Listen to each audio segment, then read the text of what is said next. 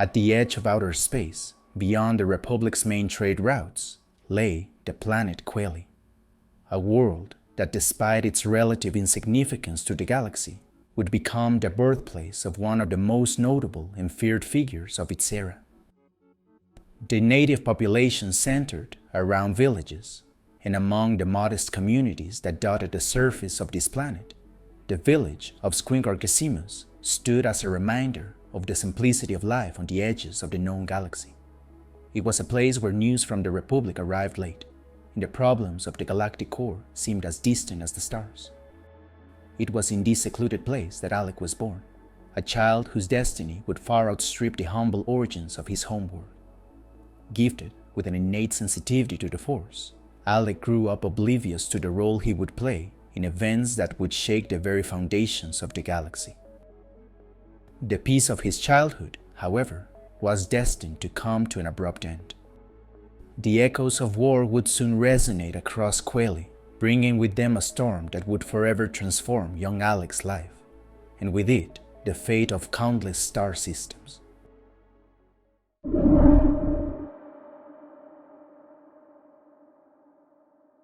The galaxy was still reeling from the last great conflict. Licking its wounds from the Great Sith War caused by Exar Kun, the galaxy trembled as the Mandalorian clans, united under their leader, Mandalore the Ultimate, launched their crusade of conquest across the galaxy. They did not seek mere conquest, they longed for worthy opponents, proof of their warrior supremacy.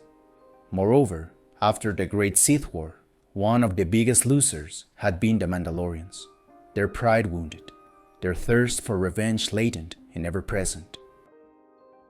The Mandalorian Wars demonstrated the ferocity and brutality of the Mandalorians, who, learning from past mistakes and rebranding themselves as the Mandalorian Neo-Crusaders, began conquering territories beyond the Republic's jurisdiction, seizing planets in the Outer Rim, one of which was Quelli. The village of Squinquargesimus, like so many others, was unprepared for the ferocity of the Mandalorian assault. Amid the chaos, young Alek witnessed his world transformed into a battlefield, with Quelli becoming one of the first worlds to fall to the Mandalorians. He was just a child when the Mandalorians arrived, too young to understand why the warriors had chosen his peaceful world as their next conquest. He was taken in by the Republic, and since the people of Quelli did not use surnames, the boy was renamed Alek Squinquargesimus in his new home. After arriving in the Republic, Alek was recruited to Dantooine, where he would begin his journey with the Force. At the academy, the other trainees soon began calling him Squint, a nickname derived from his complex last name, one he readily accepted. It was during these early years that he met Revan, another apprentice whose presence in the Force shone with uncommon intensity. The connection between the two was immediate. While other students were content to follow the rigorous but traditional Jedi training, Alek and Revan spent hours absorbing knowledge with an insatiable thirst. Following his transition from Padawan to Jedi Knight, Alek sought to expand his horizons and knowledge under the tutelage of Master Sarlestin.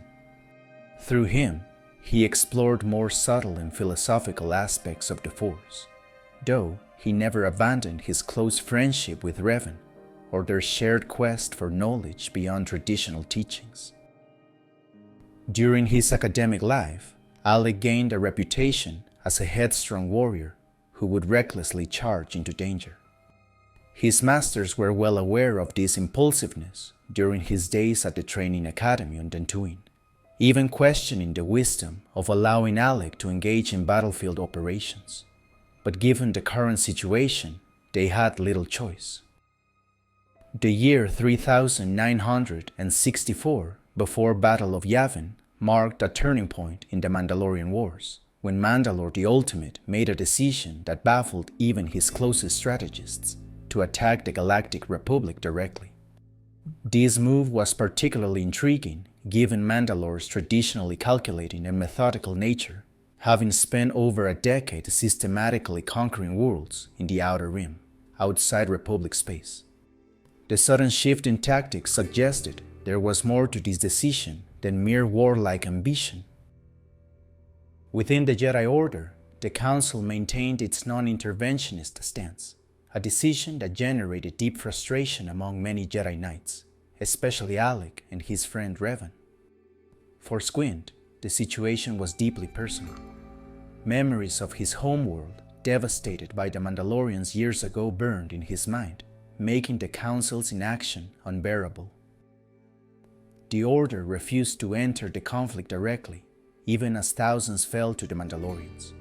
The Council claimed they suspected a greater threat lurking in the shadows and could not afford to engage the Mandalorians. They were waiting for the Sith. They urged the Jedi to be patient and not rush into a conflict with deeper ramifications than met the eye. To Alek and Revan, however, this caution seemed like cowardice masquerading as wisdom. To them, something had to be done, and that something would come from them. The Revanchists emerged as a faction within the Jedi Order under the charismatic leadership of Revan. Also known as the Jedi Crusaders, this group represented a direct response to the unacceptable inaction of the Council. Unlike what many might expect from a Jedi splinter group, the Revanchists did not initially rush into combat. Instead, they adopted a more subtle and methodical approach. They set about collecting irrefutable evidence of Mandalorian atrocities. Their goal was to build a case so strong that the Jedi Council could no longer justify its policy of non-intervention. Alek and Revan were the leading figures of the movement, organizing reconnaissance missions in areas affected by the Mandalorians, meticulously documenting every massacre and every devastated world. As a dissident movement within the Order itself, the Revanchists lacked considerable numbers. Despite Revan's extraordinary leadership, charisma, and tremendous ability to attract followers, Alek knew they needed to recruit more Jedi to their cause. So it was that Squint, along with a group of Revanchists, stopped on the planet Taris before heading out on another mission in the Outer Rim. There, the Revanchists met a very special Padawan, Zayne Carrick. Alek attempted to persuade Zayne to join them against the Mandalorians, exposing the horrible decision the Order had made in letting thousands of innocent people suffer the consequences of the Mandalorians' actions. Alek confessed to the Padawan that he found it pathetic that the Jedi Council was waiting for the supposed return of the Sith, an imaginary danger, when the real tangible enemy was the Mandalorians. He even mockingly told Zayne that for the Jedi Order to pay attention to them, they would have to paint their heads and babble about the dark side. But despite all their attempts, Alek and the other Revanchists failed to recruit any Jedi from Taris. However, what Alek did not know was that in that same place, a macabre plan was being hatched, one that would involve Zayne. That same night, Jedi Masters would massacre their own Padawans, leaving only Zayne Carrick as a survivor. Even though Revan was a great strategist, during this period of the war, for every step the Revanchists took, Mandalore the Ultimate took two. After their departure from Taris, the Revanchists' next mission would, unfortunately for them, be a trap. Alek and his companions became the prey of a Mandalorian ambush on Suurja, where the fate that awaited them was more terrible than any battlefield: Flashpoint Station in the infamous Demagol. Demagol was a Mandalorian scientist whose obsession with understanding the Jedi's connection to the Force had led him to conduct heinous experiments. Flashpoint Station had become his personal laboratory, a place where the screams of his test subjects echoed through the halls. The Mandalorian scientist viewed captured Jedi not as prisoners of war, but as specimens for study. His goal was to unravel the secrets of the Force through methods that defied all medical ethics, vivisections that only a Jedi could survive, though whether that was truly a mercy remained debatable. Alek and his fellow Revanchists experienced horrors that defied description. In the twisted mind of Demagol, fascinated by the Jedi and their capabilities, Alek became a favorite subject, as the scientist was impressed by the Jedi's endurance. Demagol's experiments included irradiation, electroshock, and even stress tests on the rack. Alek endured all of these, and Demagol was amazed that his Jedi powers allowed him to block out the pain. This only fueled the scientist's curiosity further. Among the prisoners at Flashpoint, Alek noticed a woman who stood out due to her confusion at the situation. Jarael, as he would later learn her name, had been captured by the Mandalorians under the mistaken assumption that she was a Jedi. Luckily for both the revanchists and Jarael, salvation would come in the most unexpected way. Zane Carrick, the same Padawan Alek had tried to recruit on Taris, appeared to save his friend Jarael, and in the process, Alek and the Jedi Crusaders. After a clever plan by Zane and Roland, they managed to clear Flashpoint of the Mandalorians stationed there, rescuing the revanchists and Jarael. As a final touch, they captured Demagol to stand trial on Coruscant and answer for all the atrocities he had committed. Thus, during their second meeting, Alek again asked Zane to join them as a revanchist. However, Carrick knew he had to clear his name after the events on Taris, so the two Jedi went their separate ways. In their relentless search for evidence of Mandalorian atrocities, Alek and Revan, along with a group of revanchists, were investigating one of the planets affected by the Mandalorians. However, their mission was abruptly interrupted when a devastating wave in the Force struck them, the nuclear bombardment of Sirocco. Despite the distance, the deaths of millions, their voices screaming in unison through the Force, was a traumatic experience that only reinforced their resolve. Following this, the revanchists received an urgent transmission. Revan's group needed a representative for a high-level meeting, and the revanchist leader had specifically designated Alek for this task. The information was scarce but significant. Arco Adaska, head of Adas Corp, had summoned him to a meeting aboard his ship, the Arcanian Legacy. Arriving on Arco Adaska's ship, Alek was met by Jarael, Admiral Selkarath, and Cartho Nasi as representatives of the Republic. Everyone present had questions about the reason for the meeting, but Arco Adaska had yet to reveal its true purpose. Tension was palpable aboard the Arcanian Legacy as Arco Adaska, with the arrogance of his lineage, watched the galaxy's most powerful figures gather on his ship. However, everything shattered when the crew witnessed the arrival of Mandalore the Ultimate and his Mandalorians. All the guests had arrived. The reason for the meeting was as bold as it was disturbing. Adaska had gained control of the Exogorth, gigantic space creatures capable of devouring entire celestial bodies. Through genetic modifications by Adas Corp, these beasts could be controlled and used as weapons of mass destruction. Adaska had orchestrated an auction to offer control of these creatures to the highest bidder. The presence of Mandalore the Ultimate raised tensions to critical levels. Everyone knew that whoever wielded such a weapon could end the war. Alek, who had seen the atrocities of war firsthand, quickly understood the danger the Exogorth posed in their wrong hands. The situation quickly deteriorated when Adaska's true intentions became apparent. He was not simply looking for the highest bidder.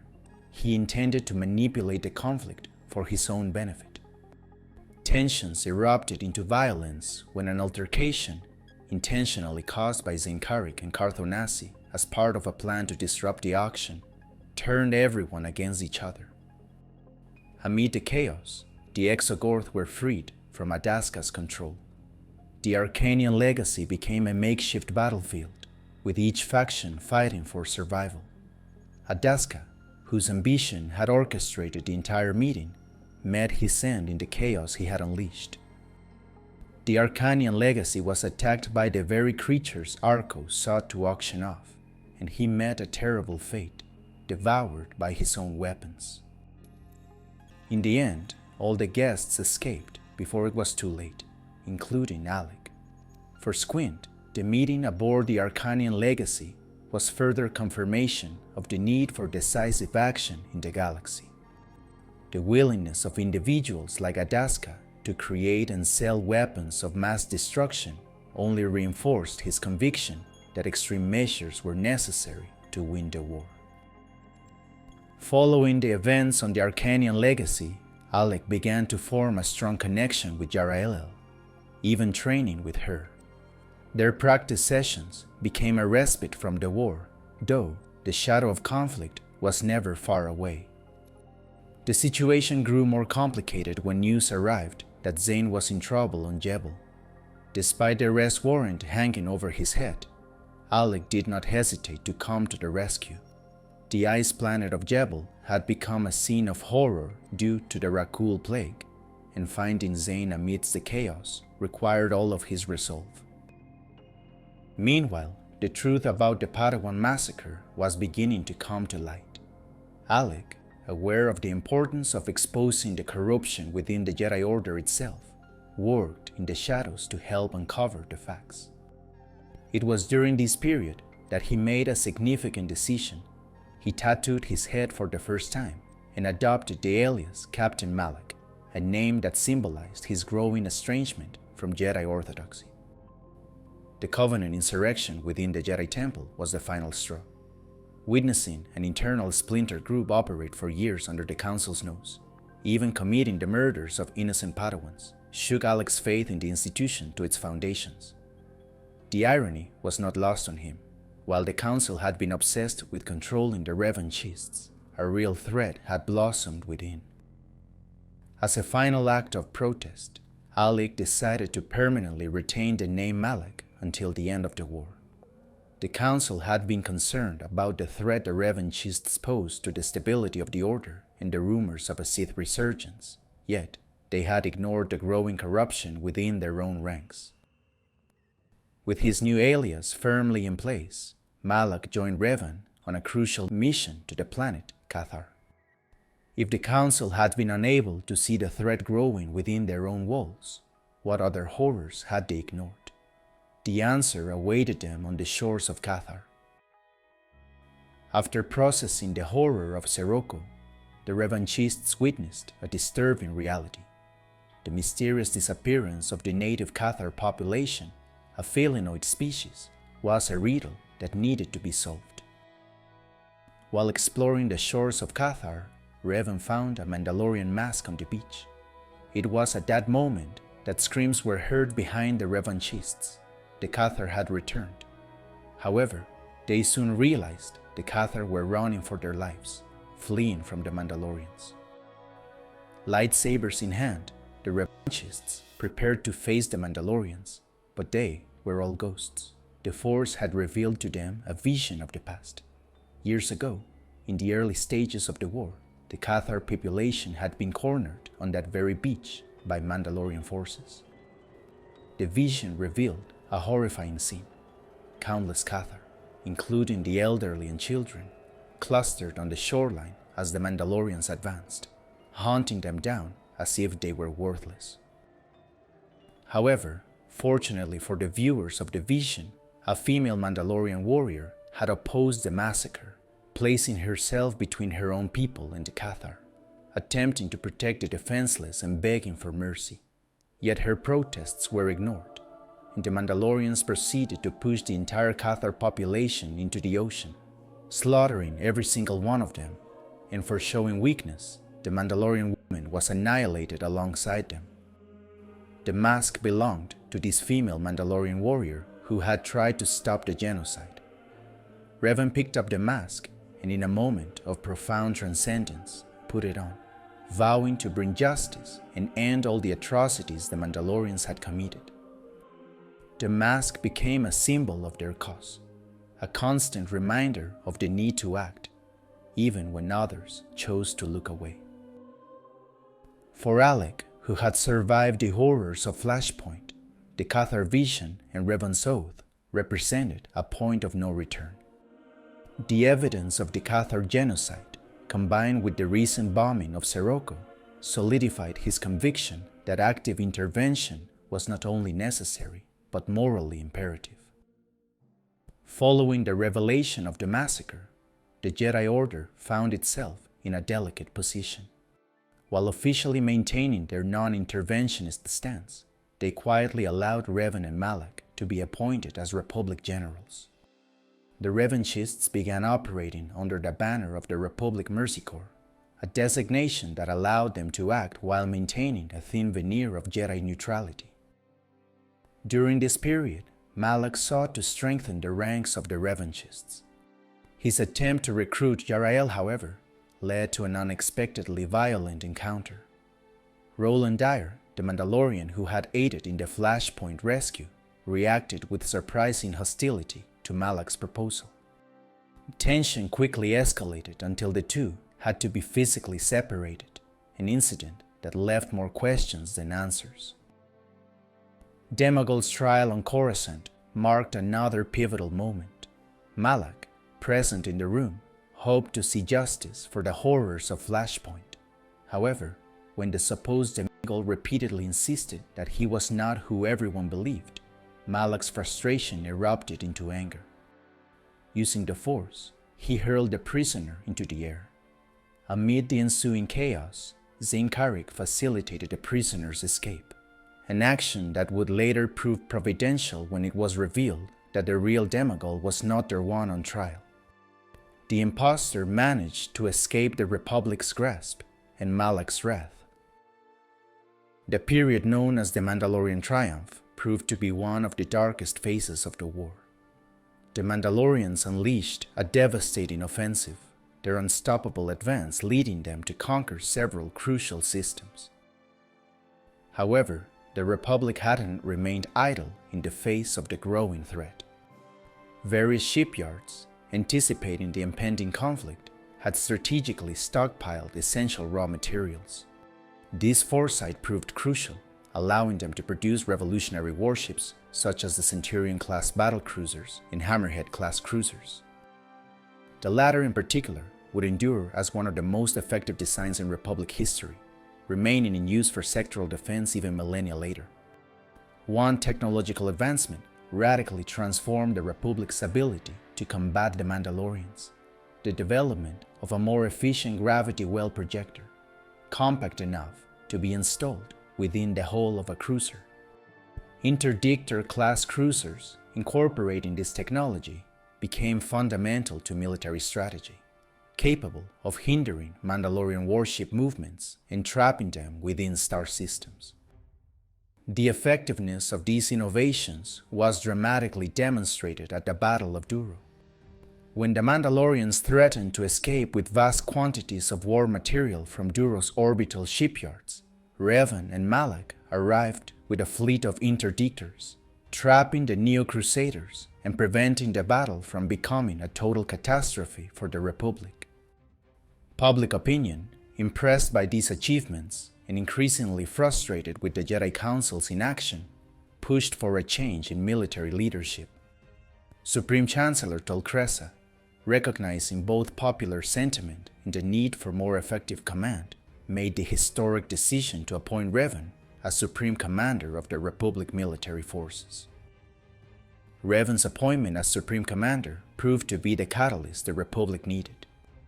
Following the period of the Mandalorian Triumph, Revan initiated a counteroffensive that would change the course of the war.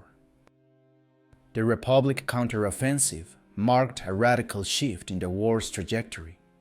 Under the leadership of Revan and Malak, the Republic military finally found the strategic direction it had lacked. Revan proved to be an unparalleled tactical genius, able to predict and counter Mandalorian moves before they occurred. His ability to adapt Mandalorian war strategies and use them against their creators earned him not only the respect of his troops, but also the admiration of the galactic public. At his side, Malak revealed himself to be a formidable warrior, leading the most dangerous charges and turning imminent defeats into victories. His reckless, headstrong attitude, once criticized at the Jedi Academy, now bearing fruit. The combination of Revan's brilliant strategic mind and Malak's martial ferocity created a leadership duo the Republic desperately needed. The Battle of the Jaga Cluster became one of the most remembered confrontations of the counteroffensive. What began as a strategic victory for the Republic turned into tragedy when Casus Fett managed to claim victory in this battle before escaping into deep space, making the Mandalorian the most wanted man in the galaxy. The Second Battle of Onderon represented a brilliant tactical pivot by Revan. While the Mandalorians had expected the main target to be the planet itself, Revan identified that the true strategic importance lay in its moon, Dexun. The ancient Mandalorian stronghold was not only a crucial military point, but also a symbol of Mandalorian power that Revan understood must be conquered. The Battle of Dexun became one of the bloodiest confrontations of the entire war. The Neo-Crusaders fought with unprecedented ferocity. The Jungle Moon, already notorious for its treacherous terrain and lethal wildlife, became the stage for brutal combat. On this moon, the Mandalorians had spent decades building a virtually impregnable stronghold. Its defenses were formidable: minefields hidden in the vegetation, deadly traps, strategically positioned anti-aircraft batteries, and as if that weren't enough, the jungle's own savage beasts served as natural defenders of the territory. Under the direct leadership of Supreme Commander Revan and General Mitra Surik, Republic forces were forced to adopt unconventional warfare tactics to face their enemies on equal footing. The battle quickly turned into a slaughter. Surik's forces suffered devastating losses.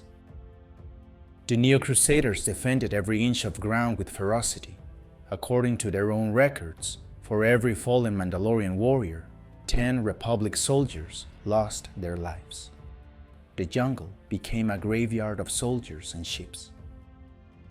In the end, the persistence of the Republic forces began to bear fruit. Mandalore the Ultimate, seeing that defeat was inevitable, made a strategic decision. He ordered the retreat of his main forces from their headquarters.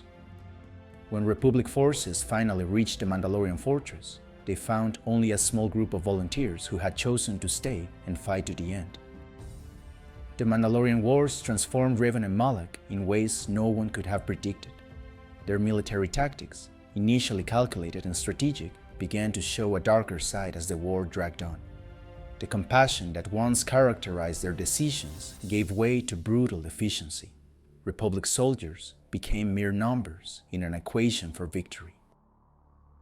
Revan began to reflect the same ruthless qualities as the enemies he so despised, sacrificing entire troops in the name of greater strategic objectives. But it was during these campaigns that something more sinister began to unfold. In the ancient ruins of Dantooine, Revan and Malak discovered something that would change the course of the galaxy. These ruins were remnants of a forgotten civilization that held secrets the ancient Jedi had tried to keep hidden. It was there, before a sealed ancient arch, that Malak expressed his unease to Revan. Where the dark side was strong in this place, an immeasurable power could be felt. After analyzing the situation, Malak knew that if they continued investigating, there would be no turning back. The Order would surely expel them. Yet, despite everything, they pressed on. What they found there was the first of several star maps, ancient artifacts of mysterious origin and even more enigmatic purpose. These maps, fragments of a larger puzzle, seemed to call to Revan and Malak, guiding them towards something of immense power. Their search took them across the galaxy, the sands of Tatooine, the depths of Manaan, the shadowed lands of Kashyyyk, and the ancient tombs of Korriban. At each location, a new star map awaited, and with each discovery, Revan and Malak delved deeper into a mystery that had lain dormant for millennia. The star maps were not mere relics. Each one resonated with an ancient and powerful energy, whispering promises of power beyond Jedi comprehension. The quest for the star maps and the power they promised profoundly transformed Revan and Malak.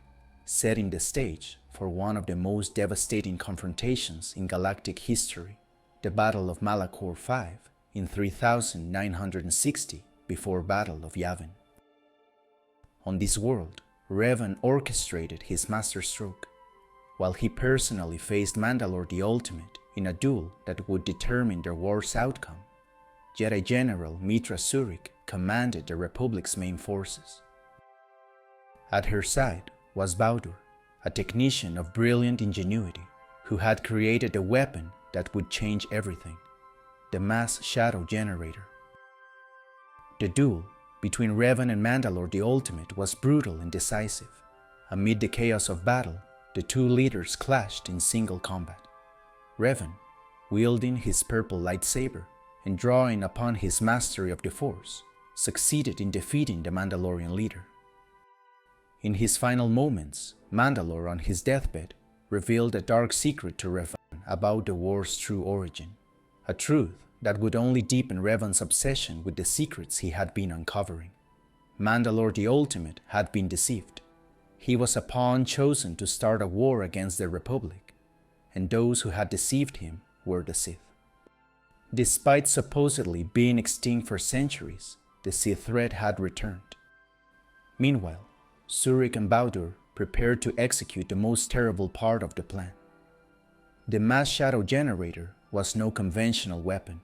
It was a device designed to create a gravitational vortex of catastrophic proportions. When Surik gave the final order, Baudur activated the device.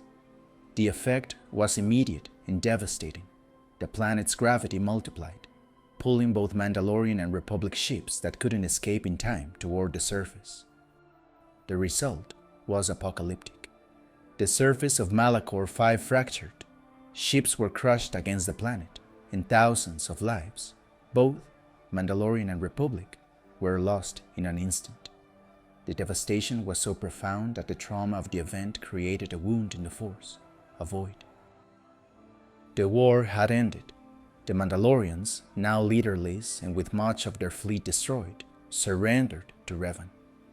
But the cost was incalculable. Malachor V remained as a permanent scar on the galaxy.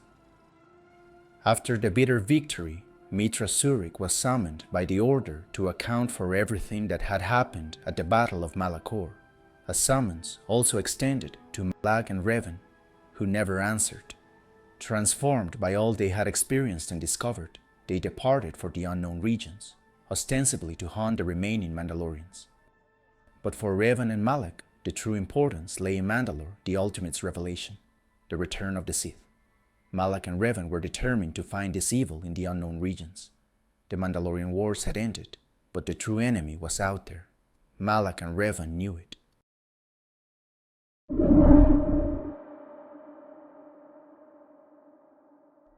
With his dying breath, Mandalore had provided the essential clue to begin their hunt for the Sith. For Malak, the veracity of Mandalore's words was in doubt. Watching Revan take the mask of Mandalore and decide to follow that unsettling lead made him wonder what new dangers lurked beyond the Outer Rim. As always, Malak did not hesitate to follow the Revanchist leader on this new mission, though something within warned him of the peril that awaited. The journey into the unknown regions began on Rekiat, a place that proved more difficult than expected. The planet was an inhospitable ice world, dominated by frozen formations towering kilometers above the surface. According to Mandalore, years earlier, he had been contacted by a Sith to search for a tomb on Rekiat. Standing in that desolate place, the so-called Twin Spires, two identical columns of ice and snow, loomed in the distance. Malak questioned whether they would truly find anything there. Yet Revan's confidence was unsettling, almost as if an invisible force guided him. Malak couldn't sense it with the same intensity, but he trusted his friend. They searched, using both the Force and their eyes for any clue. It was Malak who finally discovered the entrance, a hidden door. Their revelation shocked him. Mandalore had told the truth. They descended into a passage leading to a narrow tunnel. It continued horizontally, with a slight decline toward the heart of the formation. At the tunnel's end, they found a large circular chamber, about 30 meters in diameter, carved into the rock. At its center rested a sarcophagus, the crypt of Dramath II. Malak watched as Revan examined the tomb. Dramath had been a Sith Lord who fled his homeworld, Medrias, when his half-brother Tenebrae launched a campaign to seize control of the planet. Dramath and his loyal followers arrived on Rekiat, and when the Sith Lord died, they built this hidden tomb to prevent his enemies from finding and desecrating his remains. What disturbed Malak most was discovering that Dramath's remains were no longer there. A servant of Tenebrae, with Mandalore the Ultimate's help, had found the tomb and taken the remains for his master. This confirmed Sith manipulation behind the Mandalorian Wars. Understanding the gravity of the situation and the Sith's existence, Revan decided to eliminate the Mandalorian threat once and for all. It was here that he placed the Mask of Mandalore inside the empty sepulchre. The symbol of Mandalorian leadership was those buried in the ice as they followed the trail toward a potentially far greater enemy. Within the tomb, they also found something invaluable: coordinates leading to a world called Nathema. The journey proved to be an experience that would mark Malak forever. Upon arrival, both Jedi were horrified by what they found. Nathema was a dead world, not just biologically, but in the Force itself. It was like a void, an anomaly defying all comprehension. Not the faintest trace of the Force remained, something Malak had never experienced. The sensation of disconnection was overwhelming, almost nauseating for someone as deeply attuned to the Force as he was. The fragmented records they managed to recover spoke of an ancient and terrible ritual performed centuries earlier, one that had drained all life from the planet and the Force itself. The scale of power required for such an act was inconceivable to Malak. No known Jedi or Sith could have achieved this. The evidence pointed to a being of incomprehensible power. Following the clues left by the few survivors who had escaped Nathema, Revan and Malak charted a course to Dromund Kaas, a world hidden in the unknown regions. Malak grew increasingly uneasy. Revan's obsession with finding and stopping the Sith threat began to worry him. He wondered if they were prepared to face a power capable of destroying an entire world. Upon arriving at Dromund Kaas, their worst fears were confirmed.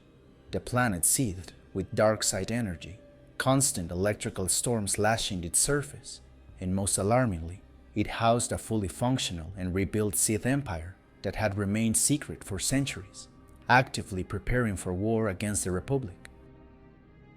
There, the two Jedi discovered the truth behind this hidden empire and its enigmatic sovereign. The Sith Emperor was no ordinary Dark Lord, but an entity who had transcended time itself.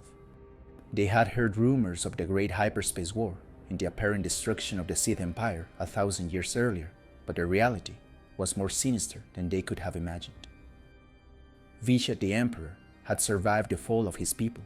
In 4999 before Battle of Yavin, after the Sith's defeat at the hands of the Republic, he had gathered the remaining Dark Lords and lured them to Nathema with promises of power. But what occurred there was no alliance, it was a sacrifice. Using unimaginably powerful Sith magic, Vishet drained the life from all present and extinguished every form of existence on the planet, absorbing their essence to achieve immortality. With his newfound and unbreakable longevity, he took the title of Emperor and gathered the younger generations of Sith, leading them in an exodus to a new home on Dromund Kaas. From the shadows, he rebuilt the Empire. While the Republic celebrated its victory and the Jedi believed the Sith extinct, Vishet waited, patient, preparing the decisive strike. Now, Revan and Malak witnessed the extent of his power. They faced not just a reborn empire, but a being whose will could not be broken. In that moment, they understood the true danger was not the coming war, but the monster orchestrating it from the shadows. To infiltrate, they adopted false identities as mercenaries. For months, they gathered information about a mysterious leader who had raised such an empire. Malak felt the planet's darkness seeping into his thoughts. The constant storms, the oppressive architecture, and the omnipresent dark side energy clouded his judgment. He saw Revan changing as well, becoming more reserved, more calculating. Both knew they had to act before the Empire was ready to strike the Republic. After months of covert investigation, they managed to contact a member of the Imperial Guard who seemed willing to introduce them to the Imperial Citadel, where the Emperor resided. Malak doubted the sincerity of the offer, but Revan insisted it was their only chance. What they didn't know was that the Imperial Guard was bound to the Emperor's will. They were being led directly into a trap. The moment of their encounter with the Emperor would change both their fates forever. Upon entering the throne room, Malak felt a dark power eclipsing anything he had ever experienced. The Emperor didn't need to fight them physically. With a mere gesture, a thought, he broke their wills. Malak tried to resist, but it was like fighting an inevitable tide. He felt his mind fracturing, his Jedi convictions crumbling before the psychic power of the being before them. The Emperor dominated them completely, twisting their minds and perverting their purposes. They were the Republic's heroes, the most powerful Jedi of their generation, the ones who had defeated the Mandalorians when the Order refused to act. But in the shadows of Sith space, far from home, Revan and Malak simply couldn't. Converted into his servants, they witnessed the true extent of his power. Vishet had subdued the strongest Jedi of their era and bent one of the galaxy's most relentless warrior races, the Mandalorians, to his will. If the most feared warriors had fallen to his dominion and the chosen champions of the Jedi Order had as well, what could stop this rebuilt Sith Empire? The Emperor's power was unthinkable, an entity of pure control that left no room for rebellion. He granted them the title of Darth and sends them back to the Republic as the vanguard of his invasion, with instructions to report once all resistance had been crushed. Emperor was in no hurry. His rule was eternal, his patience infinite. He didn't need to unleash his empire upon the galaxy immediately, not when he could wear it down first, weaken it. And when the time came, he would send his new emissaries. Thus, Darth Revan and Darth Malak returned as conquerors and as heralds of collapse. The Emperor would wait from his throne on Dromund Kaas. He knew his pawns would believe themselves kings, that their hunger for power would make them unpredictable. But that only made his victory more certain. He had given them a war, and with every devastated world, with every fallen Jedi, the Republic edged closer to collapse. It didn't matter if one day Revan or Malak betrayed his will. They were merely a prelude, a spark in the long night to come. The true Sith assault would arrive when the galaxy was broken and exhausted. And when that day came, no one would remain to resist. Malak felt his loyalty to Revan transforming into something more complex, a mix of respect, fear, and growing resentment. The seed of ambition was sprouting within him. The discovery of the fifth star map allowed them to triangulate the location of the legendary Star Forge in the Rakata Prime system. Malak felt they were on the verge of unimaginable power, but also perceived that Revan would always be one step ahead, always the master, he always the apprentice. Upon arriving in the system, their ship crashed on the planet's surface due to a disruptor field. They had barely emerged from the wreckage when they were ambushed by the Black Rakata, a primitive tribe native to the planet. These attempted to capture them, but when Revan and Malak demonstrated their force powers, the natives quickly submitted. Revan managed to extract knowledge from the Black Rakata leader. Thus, the Dark Lord of the Sith learned the Rakata language and discovered parts of their history. The Rakata had once been a powerful species that dominated much of the galaxy with their dark-side-powered technology. Revan approached the Rakata elders, lying about his force alignment. Understanding their stance, he promised to destroy the Starforge that the elders so hated in exchange for exclusive access to the Temple of the Ancients. Though the elders kept their part, Revan betrayed them, entering the temple with Malak and using the acquired knowledge to deactivate the disruptor field and access the Starforge. When boarding the immense space station orbiting the Star Abo, Malak felt the Darkside's power emanating from the structure. The Starforge wasn't simply a space station, it was almost a living entity that fed on the dark side. By then, both he and Revan had freed themselves from the Sith Emperor's mental control, but their minds remained twisted by the dark side, interpreting the Emperor's mental commands as their own desires. At that crucial moment, Revan as Dark Lord of the Sith and Malak as his apprentice took control of the Republic ships and soldiers who had followed them into the unknown regions, converting them into the army of the new Sith Empire. The Starforge began operating at an astonishing rate, providing them with the necessary resources for their conquest. Revan continued studying the Starforge, discovering it was capable of much more than simply creating weapons. Experimenting with a tiny fragment, the Sith revealed that the device consumed both the Force and ordinary matter, and in return, produced the fundamental components of existence, life itself. Meanwhile, Malak watched with frustration as Revan kept much of his knowledge to himself, sharing only what was necessary with his apprentice. Despite the immense power the Starforge offered them, Revan recognized that the station represented a threat, aware that the Rakata's dependence on it had led to their destruction.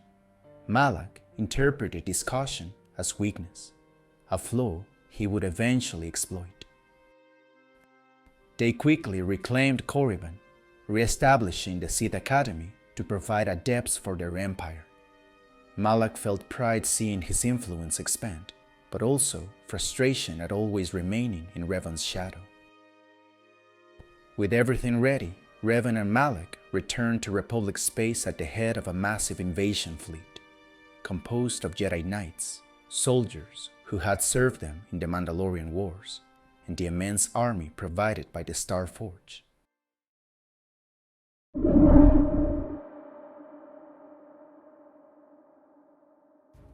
The conflict that erupted would be known as the Jedi Civil War. The first phase of their plan began with strategic attacks against key targets. The first significant strike was the Battle of Fuerost. In a surprise attack, Revan's fleet overwhelmed the system, quickly overcoming defenses. They captured most of the Republic fleet stationed at Fuerost's shipyards, dealing a devastating blow to the Galactic Republic. It was during these initial missions that alliances were built. To demonstrate his loyalty to the Sith, Sol Karath, a Republic defector and former hero of the Mandalorian Wars, bombarded Telos 4 using his codes to bypass defensive scanners. The Sith fleet ravaged the planet and eliminated millions. The Leviathan led the attack. The few survivors were intentionally left to spread fear across the galaxy.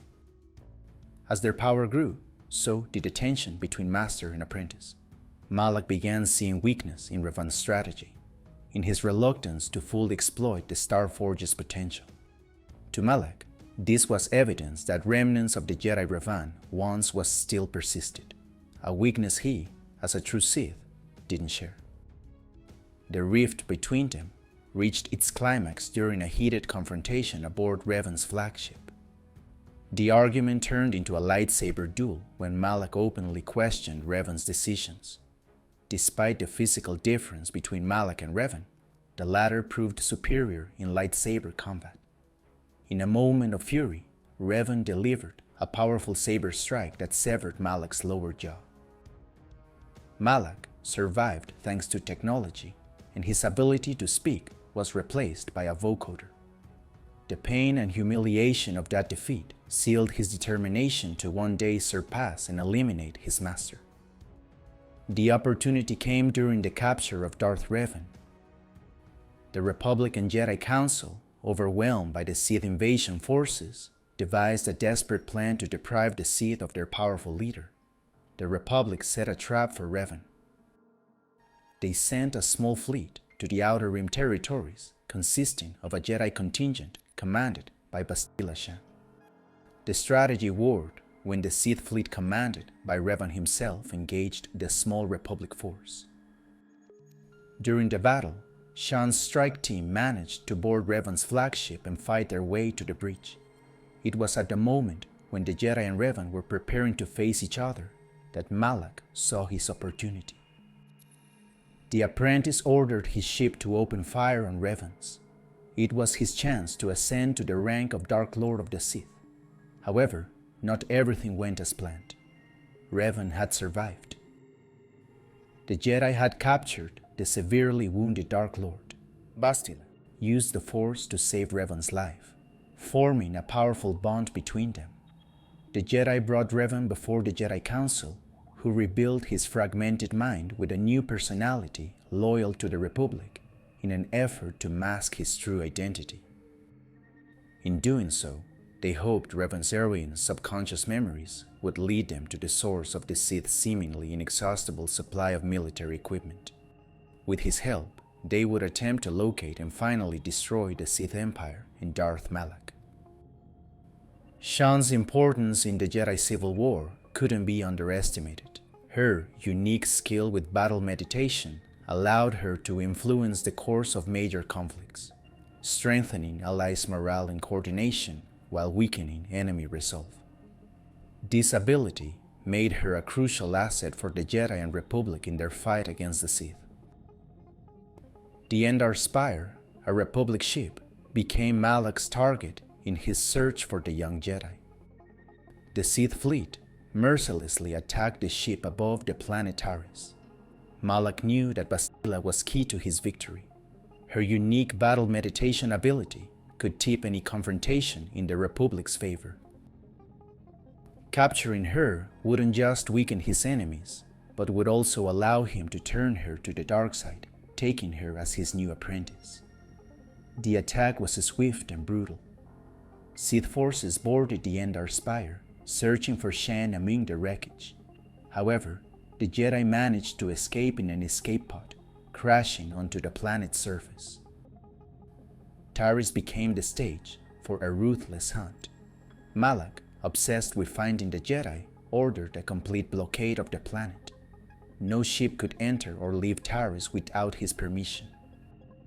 Sith forces took the lower levels, where refugees and criminals hid among garbage and decay. Malak didn't hesitate to use extreme methods, offering rewards to local bounty hunters and deploying troops in every corner of the planet. However, Bastila proved more elusive than expected. Malak, impatient and increasingly frustrated, made a drastic decision. He ordered an orbital bombardment, a show of force that would make his determination clear. The Sith ships opened fire, reducing Taris cities to smoldering rubble. Following the events on Taris, Malak learned that Bastila and her allies had escaped. They had gone to Dantooine, a world where the Jedi had a secret enclave.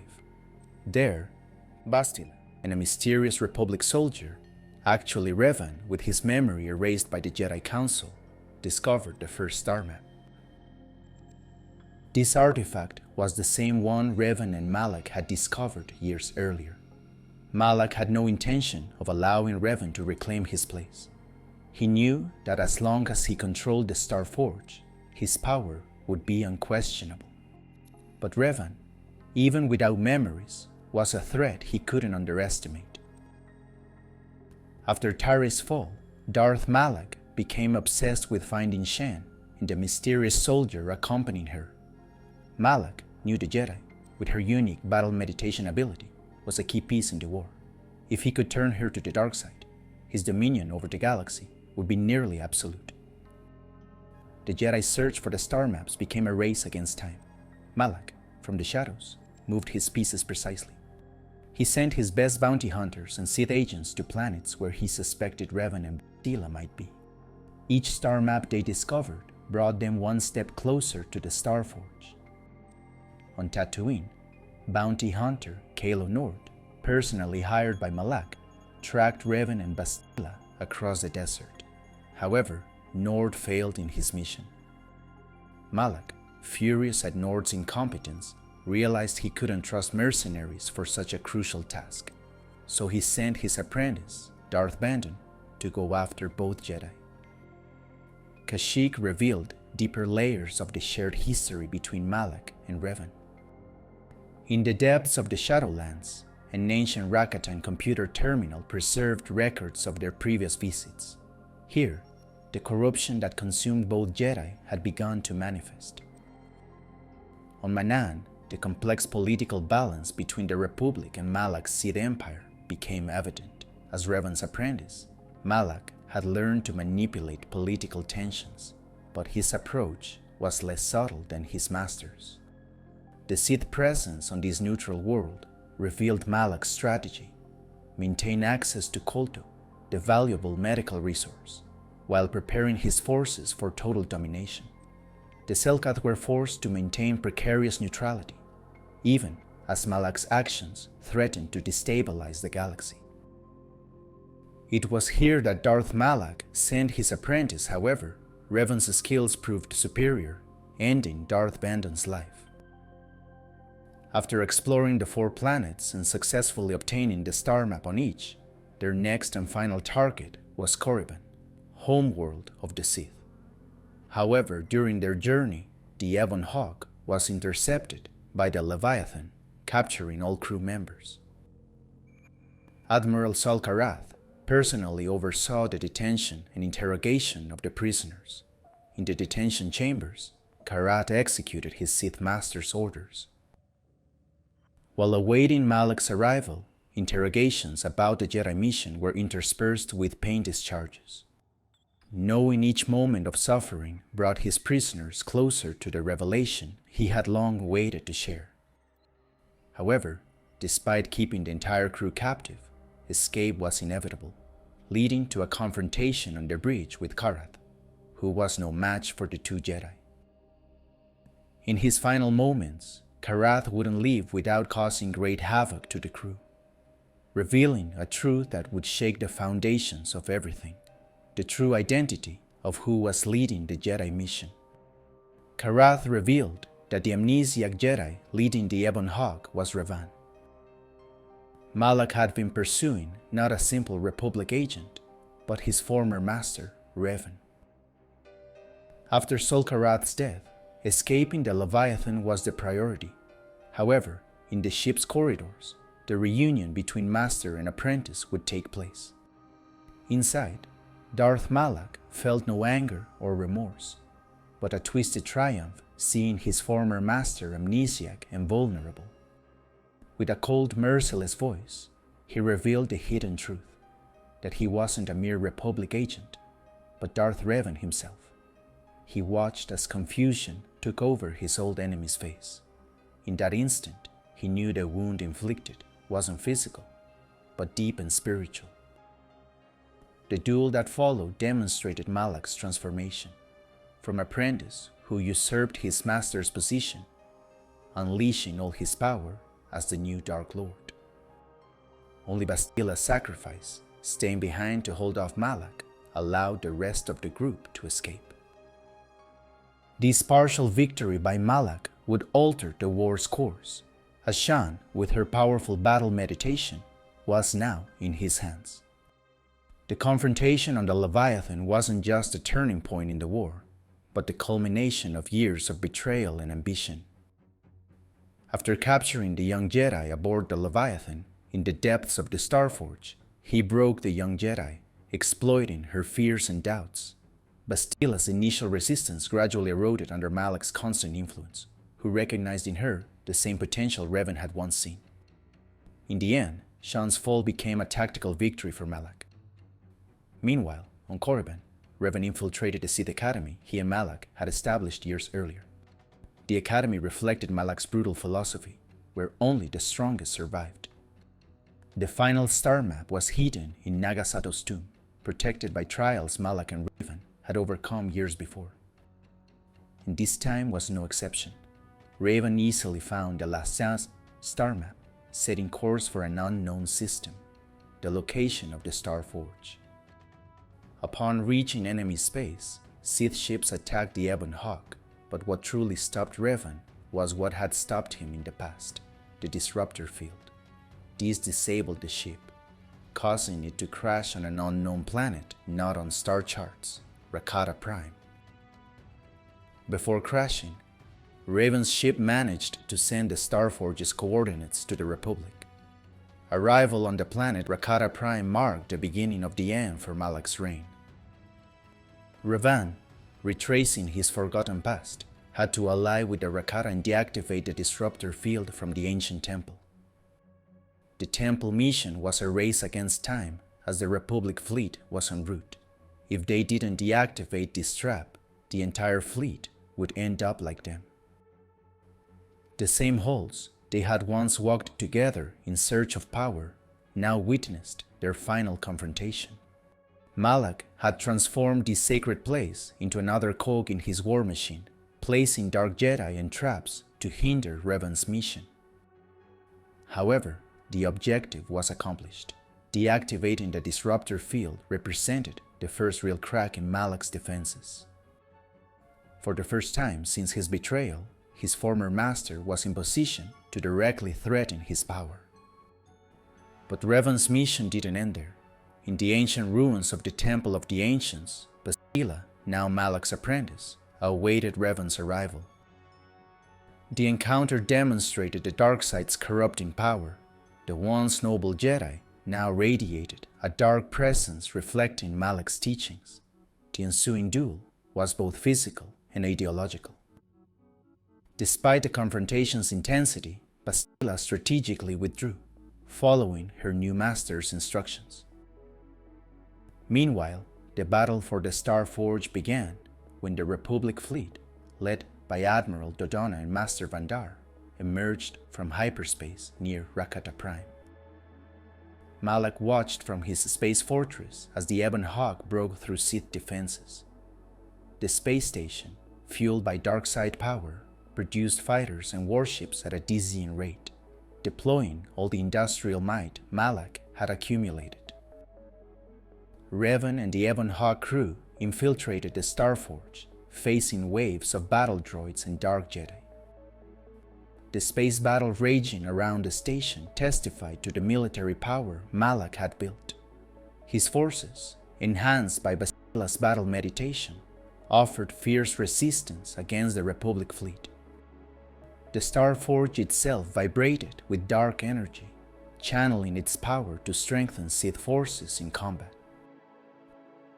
In the Starforge's depths, Malak awaited the final encounter with his former master.